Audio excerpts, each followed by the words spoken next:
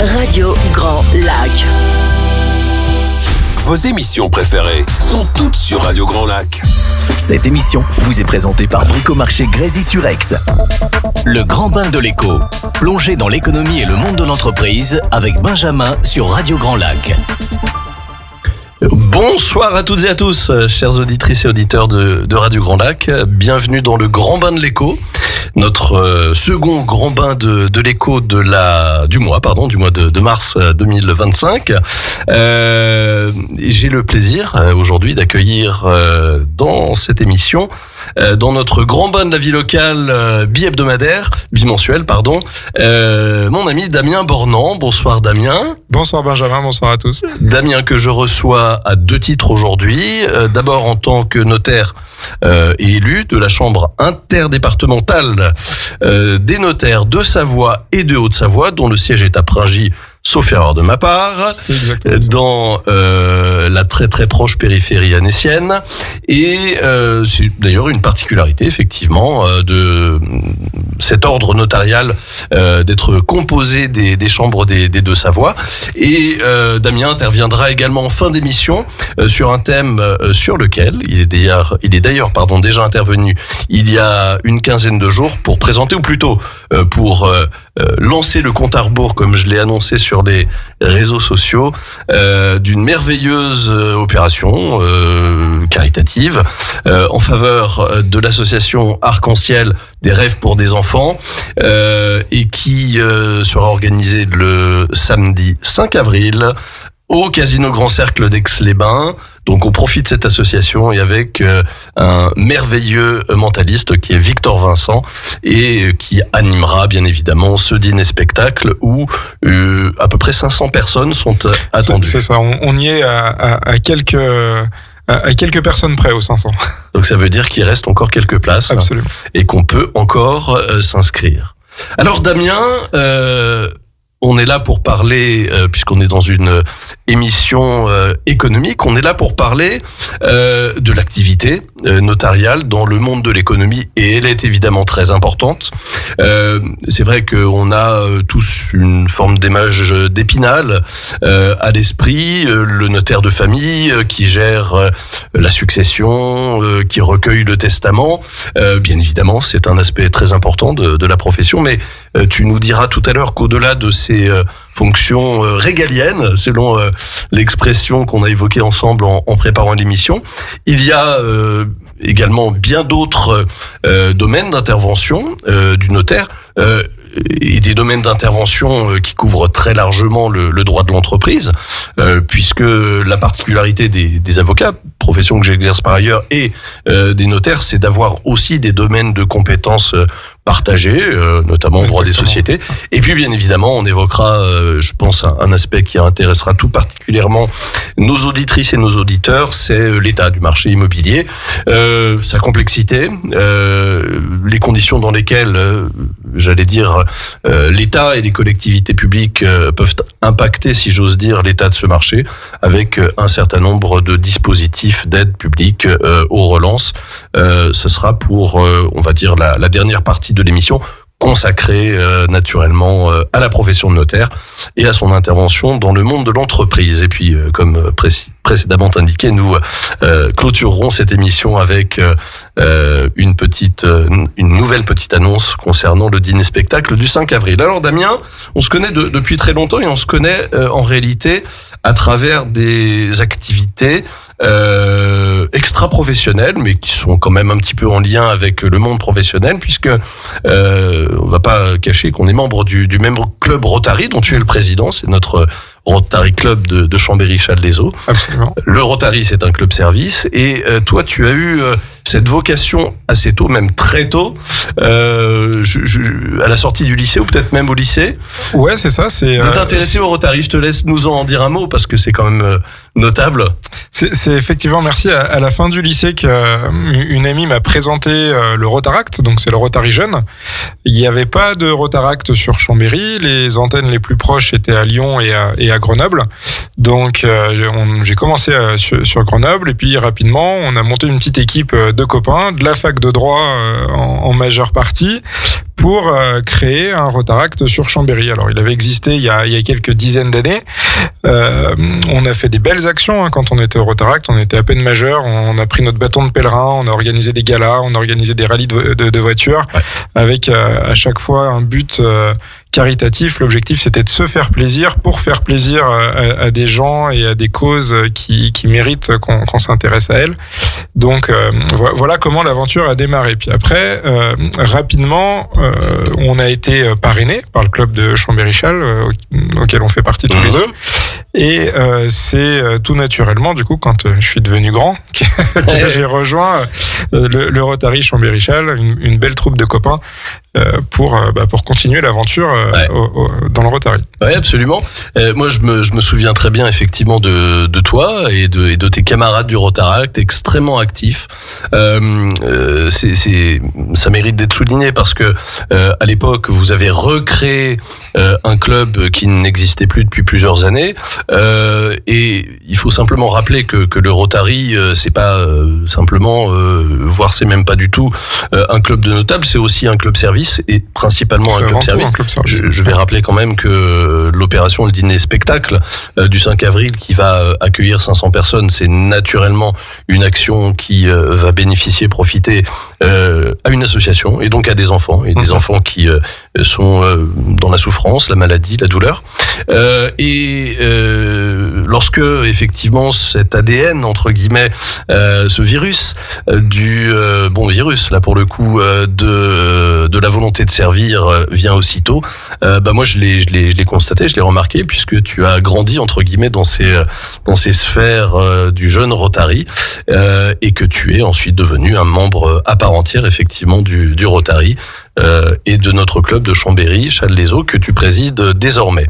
Et lorsque et ça me permet de faire la transition assez facilement, il est vrai, lorsque je t'ai connu, je me souviens que l'une de nos premières discussions portait sur ce que tu entendais faire à la suite de tes études, puisque tu étais à la faculté de droit. Alors je pense que j'ai dû te connaître lorsque tu avais 20 ou 21 ans, donc c'est à peu près ça, probablement en troisième année ou en master. Ça devait être en troisième année. En troisième année, et pour toi tout était clair, tu voulais être notaire. Exactement. Ouais. Le chemin était tracé. Pourquoi, je sais pas forcément l'expliquer aujourd'hui, mais finalement, c'est quelque chose qui me plaît bien et on a la chance d'exercer un métier qui nous permet de rencontrer des gens dans différents stades de leur vie. Comme tu le disais, on pense assez vite au notaire qui règle la succession des parents ou qui est là au moment de l'achat de la maison, mais effectivement, l'objectif c'est qu'on développe un peu notre activité et sur la chambre en plus ça vaut de savoir, on cherche vraiment à expliquer aux gens et à communiquer sur le fait qu'on n'est pas juste un passage obligé sur ces moments clés de la vie. On est là aussi pour soutenir les entreprises, on est là pour aider les gens à préparer la transmission du patrimoine, à préparer la vieillesse aussi. Et on est aussi là en début de vie quand il faut choisir entre un Pacs, un mariage ou absolument. Voilà, c'est tout un tas de... Oui, on en parlera tout à l'heure. C'est absolument essentiel que nos auditrices et nos auditeurs comprennent bien que aller voir un notaire, c'est pas forcément préparer, si j'ose dire, les quatre planches entre lesquelles on finira toutes et tous un jour, malheureusement.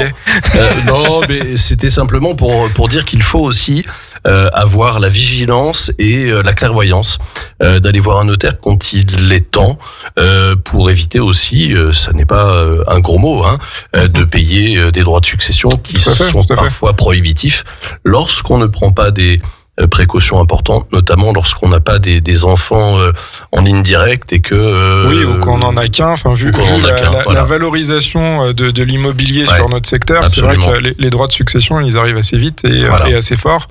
Et parfois, n'hésitez pas à franchir la porte de nos études. La réponse à votre problématique, ce sera peut-être de dire, écoutez, il n'y a rien à faire aujourd'hui, mais au moins, on se sera posé la question et on regrettera pas, au moment de payer la note, de ne pas avoir anticipé les choses. Absolument. Profession réglementée, bien évidemment, et office ministériel, faut-il le préciser. le notaire est un auxiliaire de justice, mais un officier ministériel comme le commissaire de justice qui résulte de la fusion récente des professions de commissaire-priseur et d'huissier de justice. On va y venir petit à petit.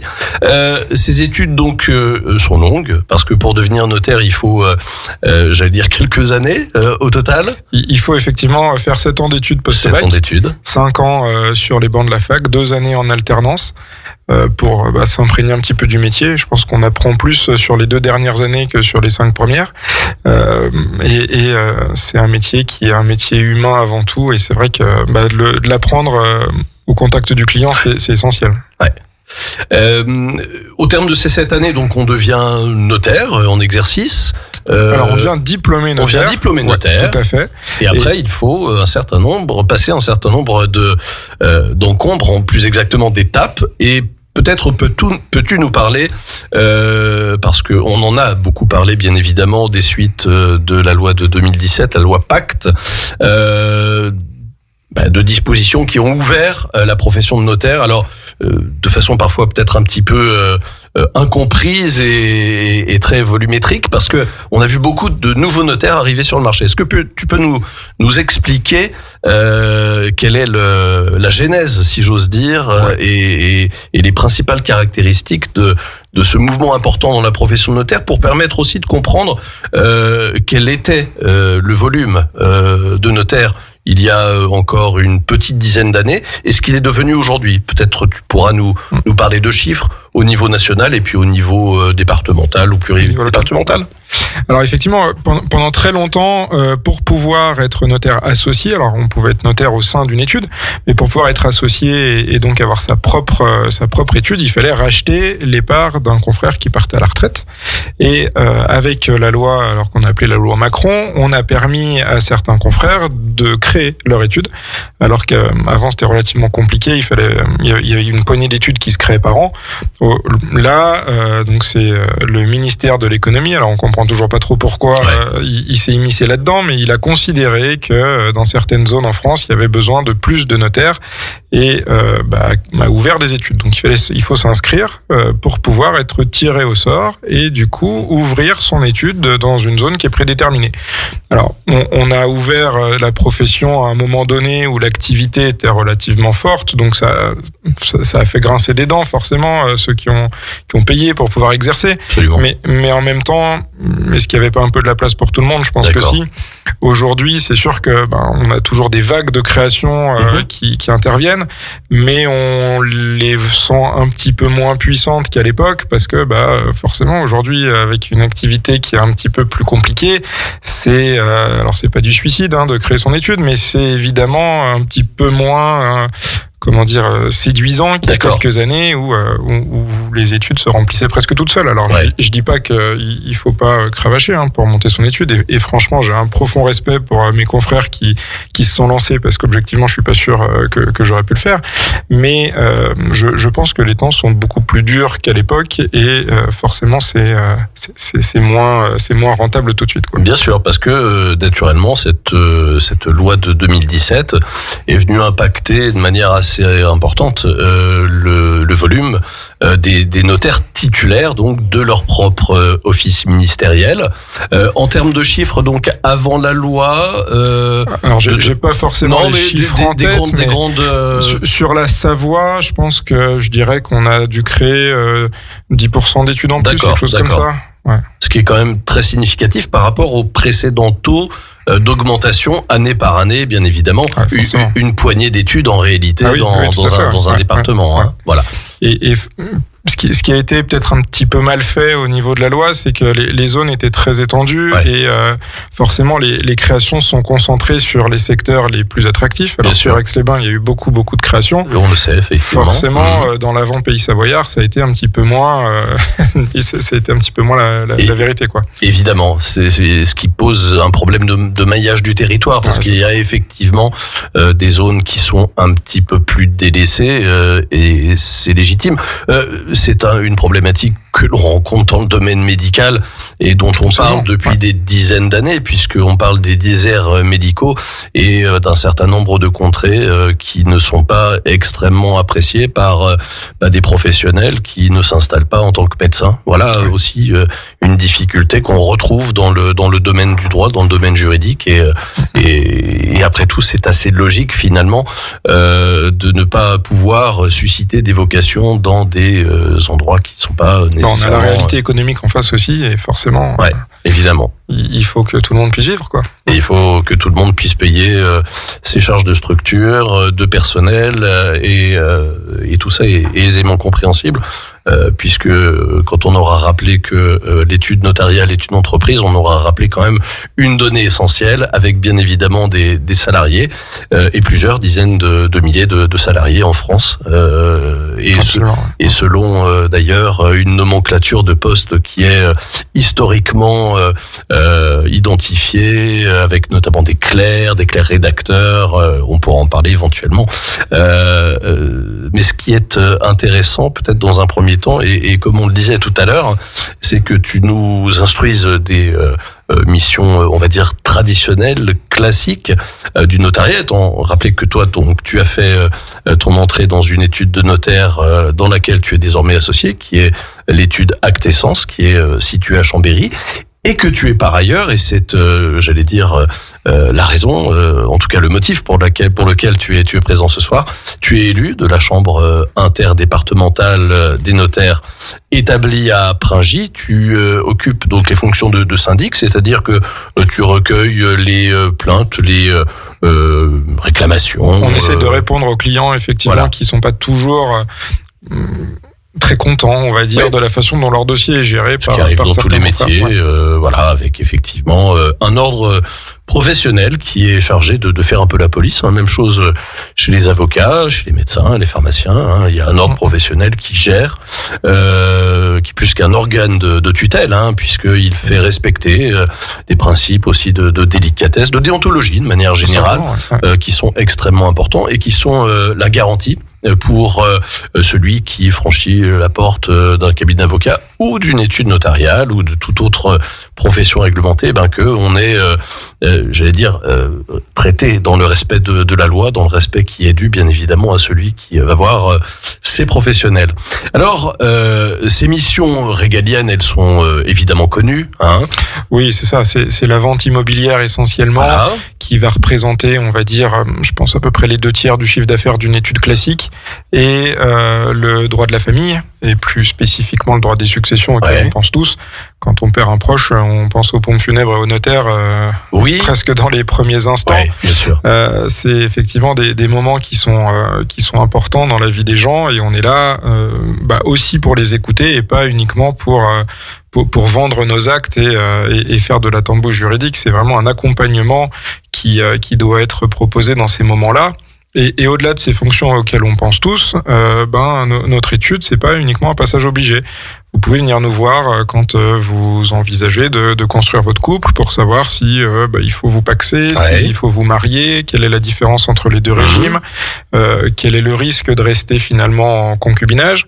Donc ça fait partie d'une des missions qui est fondamentale en début de vie. D'accord. Et après, plus on va avancer dans la vie, plus on va avoir aussi d'intérêt à venir nous voir. Dans un premier temps, pour envisager la transmission du patrimoine et essayer de laisser le moins possible d'argent aux impôts lorsque il va falloir transmettre le patrimoine qu'on a mis une vie à créer. Et également pour éventuellement préserver et prévenir plutôt des difficultés qui pourraient être liées à une tutelle, une curatelle. D'accord. Et on fait de plus en plus de mandats de protection future. Ces mandats, c'est la possibilité finalement d'anticiper la situation qui va être la vôtre le jour où vous pourrez plus utiliser vos capacités intellectuelles suffisamment, de manière suffisante. C'est-à-dire la dépendance qui peut être liée à des maladies neurologiques. Absolument. Ou très simplement, malheureusement, à la déficience du fait de l'âge. Ou un accident de la vie aussi. Un accident de la vie, bien évidemment, un AVC par exemple. Et puis c'est une précaution qui peut être importante aussi pour des personnes qui ont un entourage qui n'est pas forcément pléthorique, ou qui sont éloignés de leur famille, ou qui s'entendent pas forcément avec leur famille aussi. C'est pas un tabou, malheureusement, on en rencontre pas tous les jours, mais toutes les semaines, des gens qui ont des difficultés à communiquer avec leurs enfants. Le mandat de protection future, c'est un outil que je trouve fantastique parce que ça vous permet de décider aujourd'hui qui décidera pour vous demain lorsque vous pourrez plus le faire tout seul. Est-ce que tu peux nous expliquer en quelques mots l'ingénierie, le process de ce mandat de protection future? Est-ce qu'il fait intervenir la justice? Alors non, justement, c'est pas l'intérêt. C'est que vous évitez de passer par le juge, comme ce serait le cas si jamais on mettait en place une mesure de tutelle ou de curatelle. D'accord. Typiquement, demain, il m'arrive quelque chose, je décide que ce soit toi qui gère mes affaires, toi ou ma famille. Ouais. Et comme ça, les décisions et les actes peuvent être signés sans avoir besoin de passer par le juge. Si jamais tout va bien et que jusqu'à votre dernier souffle, vous êtes en pleine possession de vos capacités intellectuelles, le mandat restera en sommeil. Et puis, vous l'aurez fait peut-être pour rien, mais c'est pas non plus une dépossession de sa capacité juridique au moment où on le signe. Il faut qu'un médecin constate que vous pouvez plus réfléchir tout seul, quoi. D'accord. Un médecin qui, j'imagine, a des compétences spécifiques. Oui, c'est un expert. Un médecin expert. Ce qui permet effectivement de faire le lien avec la procédure d'ouverture d'une mesure de protection judiciaire. Simplement pour qu'on sache de quoi il s'agit, la curatelle et la tutelle, même si je suis pas un grand spécialiste de droit des personnes, c'est vrai que ça fait partie un petit peu du b.a.-ba du droit et donc du droit civil. La curatelle a vocation à s'appliquer à des personnes dont le discernement est quand même affecté, mais qui ne sont pas totalement privées de discernement. Non, la curatelle, c'est plus un accompagnement, une aide que vraiment la décision elle-même. Absolument. Et la tutelle s'attache évidemment aux personnes qui, elles, rencontrent des difficultés telles qu'elles ne sont plus qu'elles ne sont plus du tout capables de gérer leur patrimoine, et c'est un juge des tutelles donc qui va mettre en œuvre un certain nombre de dispositions avec un tuteur, alors qui peut être un membre de la famille ou un tuteur professionnel, comme il en existe bien évidemment. On va pas les citer pour ne pas, si j'ose dire, faire de publicité, mais en tout cas il y a un certain nombre d'organismes qui sont agréés et qui sont désignés qui font très bien leur travail.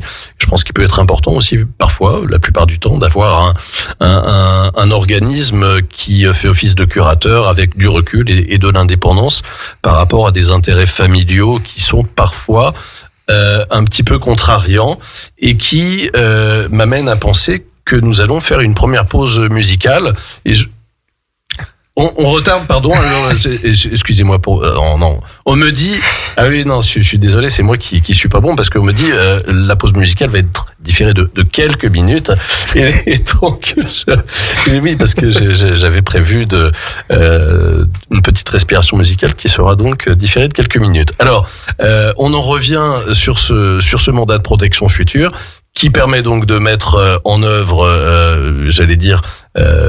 un dispositif qui est moins lourd que le dispositif judiciaire, et puis surtout qui peut être adapté en fonction de l'évolution de l'état de santé, qui n'est donc pas figé à un instant précis. Et donc n'hésitez pas à consulter votre notaire, le notaire que vous connaissez, qui a pu s'occuper de rédiger un contrat de mariage, un contrat de Pacs, mais si vous n'en connaissez pas, écoutez, vous avez la possibilité bien évidemment de recourir aux instances ordinales pour chercher un notaire qui est proche de votre domicile. Vous connaissez peut-être un notaire. Puis ensuite, il y a, j'imagine, des spécialités,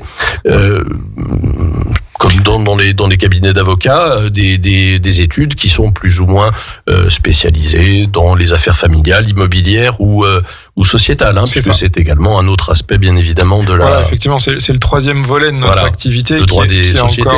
Qui est encore trop peu exploité dans nos études, mais l'objectif de faire du droit des sociétés, c'est pas forcément d'aller piquer le boulot des avocats ou des experts comptables, c'est d'être associé autour de table avec le chef d'entreprise quand des décisions doivent être prises, pour pouvoir les prendre aussi au regard de la situation globale du chef d'entreprise, en pensant à sa transmission, en pensant à ses enfants, à la protection du conjoint, etc. Donc il y a vraiment des choses à faire aussi au niveau du droit des sociétés. C'est une matière en plus qui est hyper intéressante. Et de pouvoir communiquer avec d'autres professionnels du droit et du chiffre sur ces opérations, c'est vrai que c'est vraiment enrichissant et pour nous, et je suis convaincu qu'on a une valeur ajoutée à apporter lorsqu'on discute de tout ça avec le chef d'entreprise et ses conseils. D'accord. Oui, un accompagnement qui est important parce que c'est vrai que au-delà de la personne du dirigeant, il y a d'abord sa protection sociale qui revêt un intérêt tout particulier. Alors c'est un point que, en règle générale, on évoque aussi avec l'expert comptable parce que il y a toute, j'allais dire, tout l'aspect protection sociale qui est en règle générale géré, régi par les cabinets d'expertise comptable. Et puis, ce qui est important, c'est qu'en règle générale, un dirigeant d'entreprise, la plupart du temps, est propriétaire de son bien immobilier, dans lequel, en règle générale, soit il exploite son activité, soit il le met en location pour qu'une activité commerciale soit exploitée. Et je comprends tout à fait qu'il puisse être intéressant de nouer des synergies et de confier à un notaire la globalité de ses préoccupations en la matière, et notamment de pouvoir corréler, conjuguer les préoccupations foncières, de protection sociale. Exactement. Qu'est-ce qu'on fait du foncier au moment où on cède la société? Est-ce qu'on le cède avec l'entreprise? Est-ce qu'on crée une société ad hoc pour pouvoir transmettre éventuellement aux enfants à ce moment-là? Est-ce que derrière, l'objectif, c'est juste de récupérer le bâtiment pour faire la location et de se faire un revenu complémentaire? Il y a plein d'options qui peuvent être envisagées. Il y a évidemment pas une bonne réponse. Sinon, ce serait beaucoup trop simple. Et c'est pour ça que l'objectif, c'est qu'on soit autour de la table pour aussi donner notre avis et essayer de conseiller au mieux nos clients. Parce que les réponses, elles vont dépendre bien évidemment des situations individuelles, bien sûr, qui se présentent, et il n'y a pas deux situations qui sont totalement ressemblantes, identiques. Il y a évidemment des similitudes, mais on est bien placé pour savoir que chaque situation particulière, chaque cas humain, puisqu'on est en train de parler de personnes, d'êtres humains et non pas de grandes valeurs. Alors bien évidemment, les êtres humains peuvent porter des valeurs mobilières ou immobilières importantes, mais je pense qu'on peut pas décorréler ça de la situation globale, de son amour entre guillemets pour l'être humain. Et je pense qu'il est important de rappeler qu'au-delà évidemment du fait qu'une étude notariale est une entreprise, il y a des paramètres humains qui entrent en ligne de compte et qui sont absolument essentiels pour pouvoir exercer utilement, pour pouvoir aussi, et je dois le dire, apporter un conseil. Parce qu'un notaire, comme l'avocat, comme le médecin dans l'établissement d'un diagnostic, c'est un conseil qui est prodigué à un instant T ou sur une période un petit peu plus longue, et qui nécessite, j'imagine, un examen, un audit finalement de la situation patrimoniale de chacun. Et effectivement, le conseil, c'est presque aussi important pour moi que la rédaction d'actes. Si on se met à faire que de la rédaction d'actes en décorrélant tout à fait cette partie de notre activité du conseil, en fait, on n'est plus des notaires, on est des vendeurs. Et c'est vraiment pas l'objectif. Vendre un acte pour dire de vendre un acte, ça n'a aucun intérêt. Derrière, ce qu'il faut, c'est chercher la solution qui est adaptée à chaque personne. Et encore une fois, c'est ce que je disais tout à l'heure. Un cas sur deux, la solution, c'est de ne rien faire. Et c'est la bonne solution, de ne rien faire. D'accord. On évoquait l'activité immobilière. Alors bien évidemment, c'est une activité qui d'abord relève du monopole notarial, puisqu'il en est ainsi effectivement en France. Le notaire a seule compétence pour publier l'acte de vente et préalablement l'instrumenter, c'est-à-dire le rédiger et l'authentifier, puisque le notaire bien évidemment établit des actes authentiques. Et c'est bon, on va faire notre pause. Et puis juste avant de parler d'immobilier. Parfait. On peut enchaîner après la respiration musicale. Au cœur de la vie locale. Aix-les-Bains, Chambéry et Lac du Bourget. Radio Grand Lac. Cette émission vous est présentée par Bricomarché Grésy-sur-Aix. Le grand bain de l'écho. Plongez dans l'économie et le monde de l'entreprise avec Benjamin sur Radio Grand Lac. Oui, absolument, sur Radio Grand Lac, le grand bain de la vie locale, et c'est le grand bain de la vie le grand bain de l'écho, pardon, comme tous les jeudis, ou plus exactement comme un jeudi tous les 15 jours, avec Damien Bornand, notaire, qui représente aujourd'hui la chambre interdépartementale des notaires de Savoie et de Haute-Savoie. On évoquait il y a quelques instants, avant la pause musicale, j'allais dire ce qui fait l'ADN de la profession de notaire, c'est-à-dire la possibilité d'authentifier des actes et de les rendre en quelque sorte intangibles, si j'ose dire. On parle de l'acte notarié ou de l'acte authentique, et cet acte, il a une valeur que peu de personnes imaginent, ou plus exactement les personnes qui ne sont pas des juristes, parce que cet acte, en réalité, a la valeur d'un titre exécutoire. La valeur d'un jugement. C'est-à-dire d'un jugement, ce qui est absolument extraordinaire. Voilà. Alors, bien évidemment, un acte authentique a la valeur d'un jugement lorsque il constate un transfert de propriété. Mais est-ce que tu peux nous donner quelques autres illustrations d'actes authentiques, alors en matière immobilière par exemple, qui pourraient parler en à matière nos auditrices et immobilière, auditeurs? effectivement, la vente, c'est l'acte authentique Par excellence. Tout le monde pense, bien sûr, qui constate le transfert de la propriété d'un bien immobilier. Mais l'intérêt de l'acte authentique, on le retrouve aussi, alors si on reste dans le monde de l'immobilier, sur les baux, et notamment les baux commerciaux. Parce que si jamais donc vous faites un bail authentique chez nous, l'avantage par rapport à un bail sous seing privé que vous feriez dans votre coin, sur le coin de votre bureau, c'est que si jamais il y a un incident de paiement, vous n'avez pas besoin de passer par le juge pour aller éventuellement saisir votre preneur.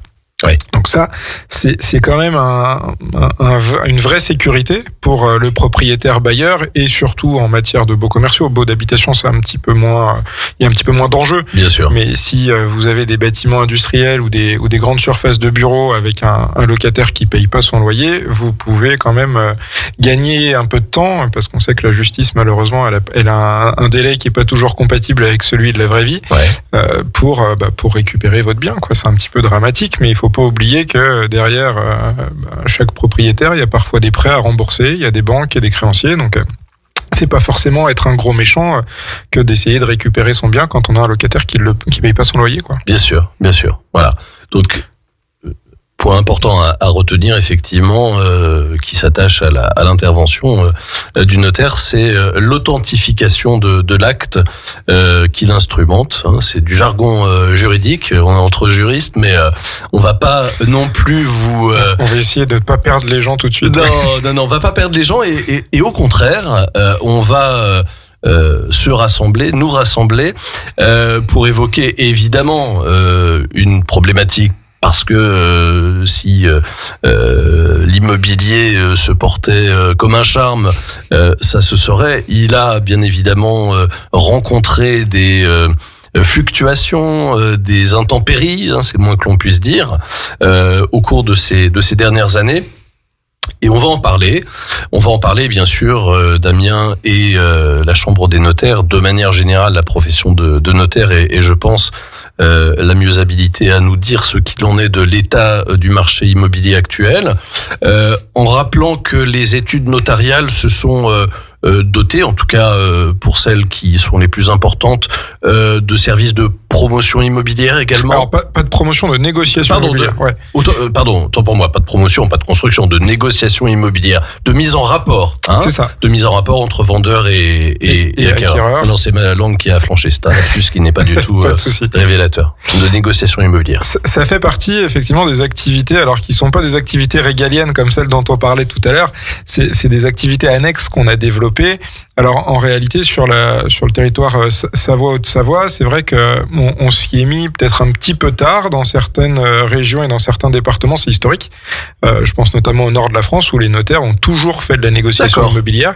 Nous, on a préféré pendant un temps travailler avec les agences, qui font aussi très bien leur travail. L'idée, c'est vraiment pas de faire concurrence à nos partenaires, c'est plus d'apporter un service annexe à nos clients, et notamment en succession, quand vous perdez vos parents et surtout le survivant des deux, et qu'il faut vendre la maison familiale.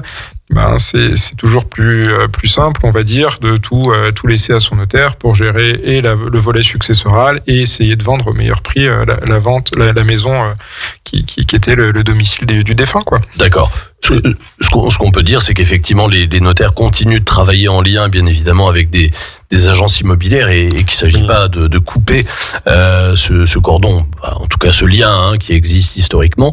Mais par contre, effectivement, de développer au sein des études ce service de négociation immobilière qui permet de faire le lien avec ensuite la passation de l'acte. Et par rapport au marché immobilier, du coup, comme tu en parlais tout à l'heure. Voilà, absolument. Alors, j'ai envie d'être un peu optimiste. D'accord. Je trouve que l'année 2025 commence plutôt bien. On voit que les clients signent de nouveau des compromis. On en signe beaucoup plus que ce qu'on a pu signer sur les dernières années. On vient d'avoir le bilan de l'année 2024. Donc, l'émission tombe bien, parce que je sais qu'il y a quelques jours, mes confrères étaient réunis à la Chambre justement pour faire un point sur le marché immobilier. Parfait. Alors, ouvrez bien les écoutilles, parce que obtenir des renseignements en primeur, si j'ose dire. Ouais, presque. En quelque sorte, je vais pas vous inonder de chiffres, mais on a quand même une baisse du volume de vente immobilière sur l'année 2024. On perd 9,2% par rapport à 2022. On est quand même très loin des 19% de baisse qu'on a connue en 2023. Donc, même si l'année 2024 est encore pas tout à fait exceptionnelle, j'ai envie de croire qu'on a passé le creux de la vague et qu'on est sur une pente qui est plutôt remontante. Et j'espère que 2025 va être une année marquée par la reprise de l'activité immobilière. Quand on annonce 9,2% de pertes sur le marché de l'immobilier, il faut quand même pondérer un peu ce chiffre-là, parce qu'on a quand même un secteur qui est le secteur du neuf qui, lui, est beaucoup, beaucoup plus sinistré. Et j'ai une pensée pour mes clients promoteurs qui vivent assez mal la période, pour le coup, parce qu'ils cumulent un petit peu, on va dire, toutes les difficultés. Ils ont acheté des fonciers au moment où ils étaient le plus chers à la sortie du Covid. Ils ont eu des augmentations colossales sur les coûts de construction. On a certaines communes, sans faire de politique, qui aident pas forcément la promotion immobilière en délivrant pas des permis. On se retrouve face finalement à une raréfaction du foncier qui a nécessité des coûts relativement importants pour les reventes des appartements dans le neuf. Face à ça, on s'est retrouvé avec une hausse des taux, donc des acquéreurs qui n'avaient pas forcément le pouvoir d'achat immobilier suffisant pour acheter ces biens-là. Et aujourd'hui, on a des promoteurs qui sont en grande difficulté parce qu'ils se retrouvent avec un stock d'appartements qui est assez important et qu'ils n'arrivent pas à écouler. Donc, il faut baisser les prix. Ouais. Et en même temps, ça veut dire que le bilan ne tourne plus, quoi. D'accord. Donc, le neuf est en difficulté et on le sait, bien sûr. Tu parles de l'immobilier de bureau. Alors là, je parle surtout de l'immobilier résidentiel. Surtout de l'immobilier résidentiel. Est-ce que l'immobilier de bureau arrive, lui, à se détacher, si j'ose dire, de cette... On reste sur un secteur géographique qui est quand même plutôt privilégié. Donc l'immobilier de bureau, il se porte pas trop mal. Il est pas non plus au sommet de sa forme. Faut pas non plus se mentir. Parce qu'en plus de ça, on a le télétravail qui fait que les gens ils aiment bien travailler chez eux. Ouais. Et du coup, les entreprises ont tendance à réduire leur surface de bureau. Mais le marché de l'immeuble de bureau se porte plutôt mieux, on va dire, que l'immobilier résidentiel. D'accord. Si on veut parler chiffres, sans entrer d'ailleurs dans les chiffres proprement dit, mais si on veut parler de grandes valeurs, parce que évidemment ça intéressera nos auditrices et nos auditeurs de le savoir, est-ce que on peut faire une analyse, une estimation du gain ou de la perte que l'acquisition d'un bien immobilier professionnel a pu subir singulièrement depuis évidemment l'apparition de la crise sanitaire, en raison notamment des nouvelles méthodes de travail et du télétravail, dont je rappelle qu'il était quasiment inexistant. Oui. Parce qu'on n'avait pas les infrastructures nécessaires. Tout à fait. Alors, je pense que c'est les grandes métropoles qui perdent le plus de valorisation. Là aussi, donner des chiffres, ça, c'est un petit peu compliqué, mais Tout à fait. les immeubles de la Défense ou les quartiers d'affaires de Lyon, c'est sûr qu'ils sont un petit peu plus impactés finalement que nos secteurs à nous. On a des zones d'activité qui sont hyper attractives. Je pense à Technolac, où ça reste quand même des lieux de vie, même plus que des lieux de travail. Donc, je pense qu'il n'y a pas encore de grosses moins-values sur notre secteur par rapport à l'immobilier de bureau. D'accord. Sur l'immobilier résidentiel, pour le coup, on a des disparités qui sont colossales entre les différents secteurs. On a des secteurs qui se portent très bien. On a Aix-les-Bains, par exemple, typiquement, il n'y a pas de sujet sur la valorisation du foncier à Aix-les-Bains. Tu peux apporter des explications que tout le monde connaît. On n'est pas si mal à Aix-les-Bains, finalement. D'abord, on est très bien, entre lacs et montagnes. Exactement. Non, mais géographiquement, il y a une explication, bien évidemment, à l'afflux, entre guillemets, de la population, puisque on connaît tous les prix de l'immobilier en Haute-Savoie. Exactement, oui, bien sûr. De toute façon, j'ai un partenaire agent immobilier qui me disait la semaine dernière, si tu veux savoir ce qui se passe sur Aix-les-Bains, regarde ce qui s'est passé il y a 10 ans à Annecy et ce qui s'est passé il y a 20 ans dans le Genevois. Voilà. Donc, les prix de l'immobilier sur Aix-les-Bains, ils continuent d'être très hauts. Et au détriment de certaines zones comme Chambéry, pour le coup, où on est sur une petite baisse quand même sur l'année dernière de 3,8% sur l'ancien. Et après, on a aussi des secteurs qui partent de beaucoup plus loin. Je pense à l'Albanais ou à l'Avant-Pays Savoyard ou même à la Maurienne, où là, vous avez des augmentations qui sont significatives. On est à plus 10% sur l'ancien dans l'Albanais, par exemple. D'accord. Donc, on sent quand même que les gens ont envie d'espace, ont envie de campagne, et forcément, ça se ressent sur le marché immobilier. Bien sûr, y compris lorsque même les voies de communication sont pas extrêmement simples pour rejoindre. On parlait de l'Albanais il y a quelques instants.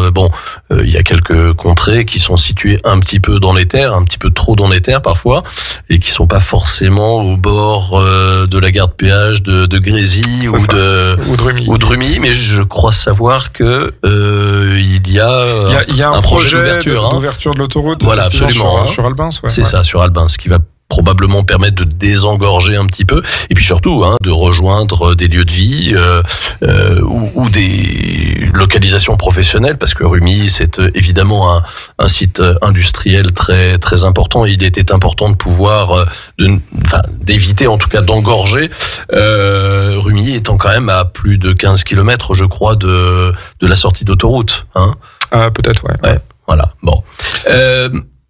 On parlait des difficultés qui sont rencontrées pour le logement neuf, et tu évoquais une problématique urbanistique. Ça me semble important d'en parler.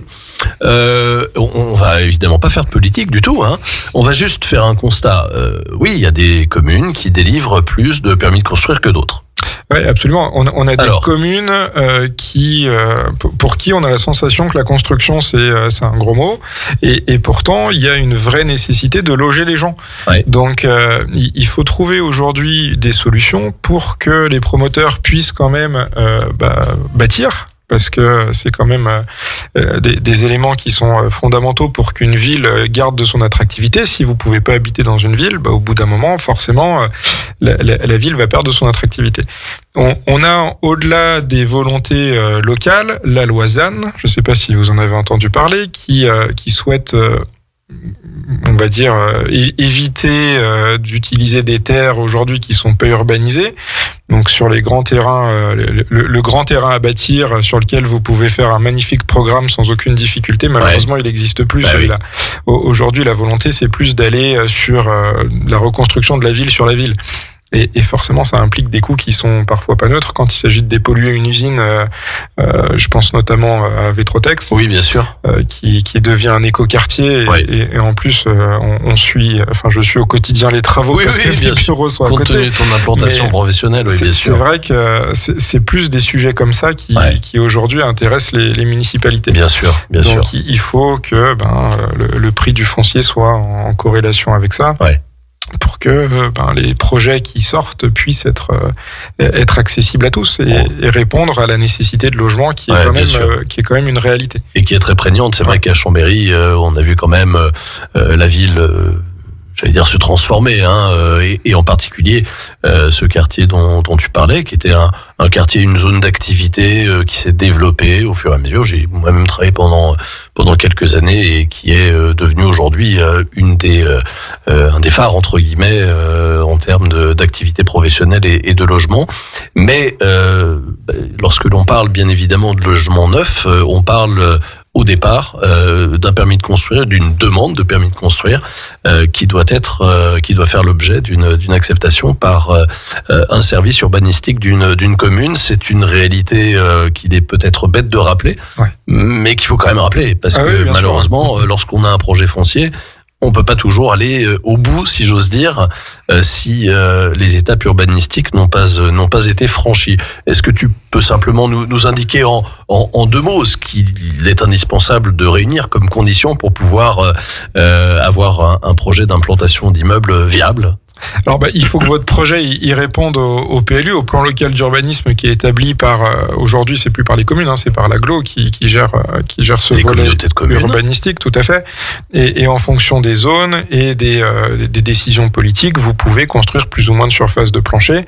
Je pense qu'il faut pas négliger les problématiques de stationnement parce que justement on a certains secteurs qui souffrent au niveau de la commercialisation parce que vous n'arrivez pas à vous garer. Et aujourd'hui, on est quand même sur un secteur, alors je vais pas me faire des copains en disant ça, mais qui nécessite quand même qu'on prenne sa voiture assez régulièrement. Même si on note que Grand Lac et Grand Chambéry font des efforts pour déployer les transports en commun. Ma foi, quand vous habitez pour le coup dans l'Albanais, c'est un peu compliqué d'aller travailler à Chambéry avec uniquement les transports en commun, même si le train dessert Chambéry. Il faut tomber sur les bons créneaux horaires. Oui, tout à fait. On reste quand même tributaire d'un certain nombre de lignes qui sont parfois un petit peu vieillissantes pour pas dire obsolètes. Et puis qui sont pas si régulières que ça non plus. Non. Donc le stationnement pour moi c'est quelque chose qui est important. Alors le stationnement et puis il faut aussi que les collectivités publiques fassent des efforts pour favoriser la mobilité. Tout à fait. Parce qu'on entend beaucoup de publicités et notamment une qui me revient à l'esprit au quotidien. Prenez le transport en commun. Utilisez le transport en commun. Alors j'utilise ça, j'entends assez régulièrement ça sur France Inter, France Info et je me pose toujours la question de savoir mais tu ne prends pas ta part de cette responsabilité citoyenne et je me dis que d'un autre côté si moi j'ai la possibilité compte tenu de la proximité entre mon domicile et mon lieu de travail de faire des efforts et de venir à vélo, c'est pas une difficulté. Par contre comme on le disait il y a quelques instants, le problème se pose avec beaucoup plus d'acuité pour d'autres personnes, sans même parler bien évidemment de métropoles qui sont plus importantes, beaucoup plus importantes même qu'Aix-les-Bains ou Chambéry. Oui, tout à fait. Si on regarde un peu les chiffres des ventes sur la périphérie, on va dire, de ces agglomérations, on voit que les gens vont quand même se loger relativement loin parce qu'ils n'ont pas les moyens de se loger en centre-ville. Donc derrière, il ne faut pas les empêcher de venir travailler en voiture, quoi. On parlait tout à l'heure de l'avant-pays savoyard. C'est ça, je pense notamment à Yenne et à ces secteurs-là où, pour le coup, si vous travaillez à Chambéry, là, vous avez absolument aucune autre solution que le véhicule. Alors qu'ils travaillent à Chambéry ou à Aix-les-Bains, d'ailleurs. Oui, bien sûr. Donc, on va prendre le tunnel du Chat. Tout à fait. Qui est évidemment très fréquenté et qui pose, à terme, pour nos enfants, nos petits-enfants, des problèmes... de particules fines parce que le véhicule thermique en tout cas malheureusement si j'ose dire crée un peu de pollution et polluant bien sûr. Je pense qu'il sera important à chacun de réfléchir à ces différents aspects. Pour clore cette séquence relative à la profession de notaire et avant d'aborder pendant quelques minutes des aspects caritatifs, je te laisse très simplement la parole et puis je te laisse porter la parole la parole de la chambre de la chambre, mais non, pas du tout. Encore une fois, dans un esprit qui consiste à dire que le notaire est un partenaire essentiel de la vie quotidienne. Oui, tout à l'heure on disait que quand on a un défunt, on pense surtout aux pompes funèbres et au notaire, mais bien au-delà de cette illustration, on va rappeler que le notaire, c'est pas le compagnon de la mort, mais c'est surtout le compagnon de la vie. Oui, voilà, ça nous met encore plus la pression d'être le compagnon de la vie de nos clients. Je vais clôturer avec une autre activité qu'on essaye de développer, et je sais que je vais faire plaisir à mon président de chambre parce Super. Que c'est quelque chose à laquelle il tient très à cœur. C'est la médiation. On est aussi depuis peu, et on a des confrères qui sont formés spécifiquement pour ça, les acteurs de la médiation.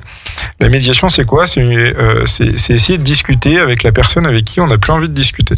C'est essayer de régler une situation de blocage par le dialogue et en essayant de trouver des solutions qui peuvent convenir à tout le monde. Je pars du postulat qu'un mauvais arrangement vaut toujours mieux qu'un bon procès. C'est ce qu'on dit. Et cette activité, j'y crois beaucoup, et pour le coup, elle impacte tous nos secteurs de compétences. Elle peut concerner, évidemment, et en priorité, le droit de la famille. Quand vous pouvez plus supporter votre frère ou votre sœur et puis qu'il faut partager les biens familiaux, c'est parfois un petit peu compliqué. Donc on est là pour essayer de mettre un peu d'huile dans les rouages familiaux pour débloquer la situation. Et souvent, malheureusement, les problématiques auxquelles on est confronté en succession, c'est pas des problématiques juridiques, c'est des problématiques humaines. Et on est là aussi pour défendre nos clients et Bien pour sûr. Les aider.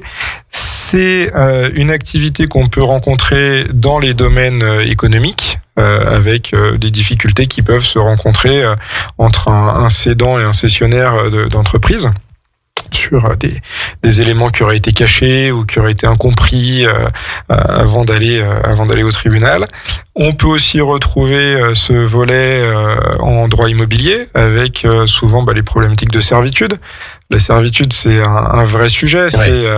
C'est permettre à quelqu'un d'autre de venir utiliser mon propre bien. Donc, on est très attaché à la propriété en France. Alors forcément, quand le voisin peut venir passer en voiture sur ma cour, ça peut forcément créer parfois quelques difficultés.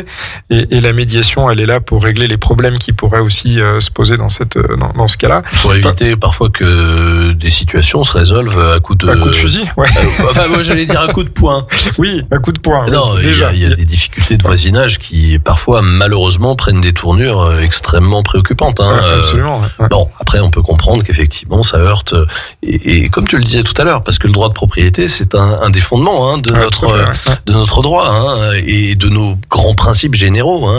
C'est un droit qui est constitutionnellement reconnu et qui bien évidemment est l'une des pierres angulaires de notre droit. Du code civil. Du code civil, ouais. Donc voilà, la médiation, n'hésitez pas, si vous avez des difficultés, à aller en parler à votre notaire. On est là aussi pour vous accompagner dans ces moments qui sont compliqués. Et c'est l'activité, on va dire, qu'on essaye de mettre en valeur depuis quelques temps au niveau de la Chambre interdépartementale. Et encore une fois, je salue mon président Éric Barbieri qui est très impliqué dans la médiation. Merci. On salue ton président, le président de la Chambre interdépartementale de Savoie et de Haute-Savoie. Et puis tous tes confrères de ces deux départements. C'est d'ailleurs assez agréable, moi je dois le dire, parce que nous, on est une radio transdépartementale. Nous avons d'ailleurs la possibilité aujourd'hui d'être écoutés sur 3 départements, la Haute-Savoie, la Savoie, l'Isère, de manière beaucoup plus large. Et puis, lorsqu'on est savoyard, on est quelque part un petit peu au savoyard. On a tous des ascendances ou des descendances.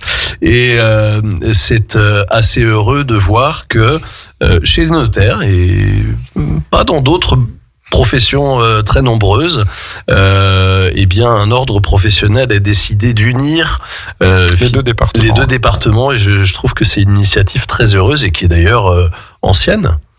Alors qui est pas historique. Il y a eu à un moment donné une chambre savoyarde, et puis on s'est rendu compte qu'au final on n'était quand même pas trop différents avec les voisins savoyards. Absolument. Et si on voulait être un petit peu pertinent, il fallait créer cette chambre interdépartementale. Avec en plus une grosse disparité de volume de confrères entre la Savoie et la Haute-Savoie. On est beaucoup plus petit en Savoie que l'était la chambre haut-savoyarde à l'époque. Donc là, on a recréé une sorte d'harmonie entre les deux départements. Bien sûr. Et voilà. Merci Damien donc pour cette Merci à toi. Pour ce moment de partage, d'échange et de partage autour de la profession de notaire, de ces missions historiques bien connues de nos auditrices et de nos auditeurs, et puis celles qui sont un petit peu moins connues. Et puis nous avons pu échanger sur l'état du marché immobilier avec je dirais un vent de fraîcheur et d'optimisme qui se dégage. On va espérer simplement que l'augmentation des droits d'enregistrement, ce que vous appelez les frais de notaire, qui arrive au 1er mai en Savoie, qui arrive au 1er avril en Haute-Savoie, va pas freiner cette relance économique. Alors je tiens quand même à préciser que l'augmentation des frais de notaire, c'est pas l'augmentation de nos honoraires. Non. On va pas se plaindre de notre rémunération ce soir, c'est pas le sujet, mais c'est vraiment la part fiscale des frais de notaire qui augmente de 0,5% du prix de vente des biens, sauf pour les primo-accédants. D'accord. Donc, si vous avez des dossiers en cours, appelez vite votre notaire demain matin pour essayer de signer avant l'augmentation. Mais j'ai un peu peur que ça vienne freiner l'embellie qu'on est en train de vivre. Oui. Donc, on va essayer d'être un peu optimiste. Oui, le marché reste fragile. Le marché reste très fragile et il reste dépendant des banques et on espère que ça va bien se passer pour l'année à venir. Bon, c'est tout ce qu'on va espérer pour l'économie de manière générale et pour notre économie des pays de Savoie, entre autres, mais pas seulement, puisqu'on est écouté également au-delà des frontières de la Savoie et en Isère particulièrement. Quelques mots pour terminer cette émission, quelques mots d'ordre caritatif. Je l'ai dit, tu es le président de notre club, le Rotary Club Chambéry-Challes-les-Eaux, qu'il ne s'agit pas de mettre à l'honneur spécifiquement. Ce qu'on veut mettre à l'honneur, c'est un dîner-spectacle qui est en fait une occasion de mettre à l'honneur une association. Une association qui est exceptionnelle, effectivement. Et alors là, je vais évidemment te laisser présenter cette association. Je te remercie. C'est l'association Arc-en-Ciel, qui est une association locale pour le coup. Le siège de l'association est à Seyssel, en Haute-Savoie. Association qui réalise le rêve d'enfants malades. Ça peut être la rencontre avec un joueur de foot, ça peut être nager avec les dauphins, ça peut être faire un saut en parachute. C'est juste créer un moment hors du temps pour ces enfants que la vie n'a pas épargné. Et cette association, elle est présidée par Monique Nem, qui est une personne qui est exceptionnelle, qui a donné sa vie pour cette association à laquelle elle croit, et je la salue ce soir. Elle nous fera l'honneur de sa présence la semaine prochaine, évidemment, au Casino d'Aix-les-Bains, pour cette soirée... Casino Grand Cercle. Casino Grand Cercle, effectivement. Pour cette soirée placée sous le signe du mentalisme, on va recevoir Victor Vincent à Aix-les-Bains, et qui va nous proposer un spectacle assez bluffant. Pour l'avoir déjà vu, je suis convaincu que ça va être un moment extrêmement passionnant, et on va passer une bonne soirée. On va avoir un repas de belle qualité qui va nous être servi par Aurélien Poncet, le traiteur des Deux-Savoies, qui est notre partenaire sur cette opération. Et je vous invite, si vous ne faites rien samedi prochain, à nous rejoindre. Il nous reste encore quelques places, plus beaucoup, mais il reste encore, on va dire une table ou deux avant de remplir complètement la salle, le salon Victoria du Casino Grand Cercle. Une table ou deux, ça veut dire entre 10 et 20 personnes, puisque une table, c'est 10 personnes. On va simplement dire le tarif, c'est 80 €. C'est 80 € par personne, effectivement, pour le spectacle et le dîner qui vous est servi. Voilà, tout à fait, avec ensuite un service de boisson qui permet, encore une fois, je veux simplement le rappeler, qui va pas servir à doter un club Rotary qui est un club service et qui n'a pour seule vocation, bien évidemment, que de faire en sorte que des œuvres caritatives puissent prospérer, et c'est tout, j'allais dire, et notre seule préoccupation en l'occurrence. Et c'est 80 € parce que, bien évidemment, il y a un artiste qu'il faut... Oui, bien sûr, il y a un artiste, il y a un repas qui vous est servi. Il y a un repas qui est servi. Il y a tout un tas de personnes qui travaillent à la réalisation de cet événement. Mais l'objectif de cette soirée, c'est de se faire plaisir pour faire plaisir à des enfants malades. Et pour la très très très bonne cause. Et je voudrais simplement vous indiquer que cette association est une merveilleuse association, qu'elle s'appelle Arc-en-Ciel et qu'il y a d'autres associations qui s'appellent Arc-en-Ciel. Mais je crois que celle-ci a un slogan particulier, et ce slogan que je n'ai pas complètement en tête invite, si j'ose dire, les enfants à rêver, parce qu'il permet effectivement de leur faire réaliser un rêve. Alors oui, avec un footballeur, une personnalité connue. Et cette association, elle a pu aussi naître et se développer grâce au parrainage de deux personnes, de deux personnalités plus exactement. Un petit peu connues. Petit peu connues. Il y en a une qui... pour moi, a une connotation très particulière, c'est Sophie Marceau, parce que moi qui suis un petit peu plus âgé que toi, à l'époque de la boom, j'étais assez jeune, pas encore adolescent d'ailleurs. Et t'étais déjà amoureux de Sophie Marceau, c'est ça ? Disons que Sophie Marceau, effectivement, c'était plutôt mon truc, mais pas forcément elle. Donc on se connaissait pas non plus. Et puis Sophie Marceau qui accompagne depuis, je crois, une vingtaine d'années cette association, c'est absolument formidable. Et le deuxième, le parrain plus exactement, la marraine de l'émission c'est Sophie, et le parrain c'est Christophe Willem, la tortue, qui lui aussi met toujours autant d'énergie et de passion à défendre les couleurs de l'arc-en-ciel et de cette belle association qu'on va aider, qu'on va promouvoir, et puis on va faire en sorte que des enfants puissent partir, oublier un petit peu leur quotidien compliqué. Quotidien compliqué à la découverte de leurs propres rêves. Donc rendez-vous le 5 avril, le samedi 5 avril, dans 9 jours exactement. On y sera, effectivement, au Casino Grand Cercle d'Aix-les-Bains, dans le Salon Victoria. Donc, de surcroît, ça sera, j'allais dire, un théâtre, même si c'est pas le théâtre du casino, mais un théâtre assez exceptionnel pour cette soirée. Et il y a encore quelques places disponibles, donc nous serons quelques 500, je crois, personnes. Donc on va passer une merveilleuse soirée.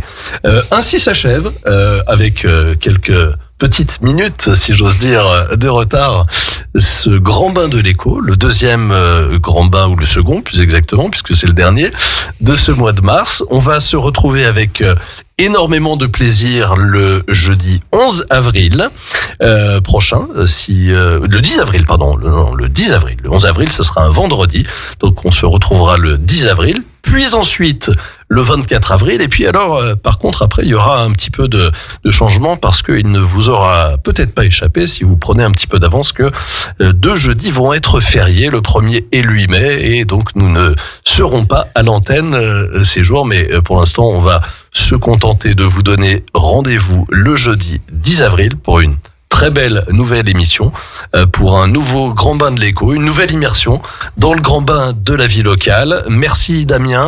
Merci Benjamin. Pour ta participation, pour avoir représenté la Chambre, et puis pour nous avoir donné des informations très fraîches de cette magnifique soirée qui s'annonce. Merci à mes acolytes, merci à Jean-Pierre, à Sandra qu'on embrasse, et à Laurine. Sandra et Laurine qui, je crois, sont encore très très occupés par leur concert de Jeanne Masse, et on pense bien fort à elle, bien évidemment. Le grand bain de la vie locale continue sur Radio Grand Lac. À très vite, et en ce qui me concerne, au 10 avril. Bye bye. Merci. Votre radio au cœur du territoire, c'est Radio Grand Lac.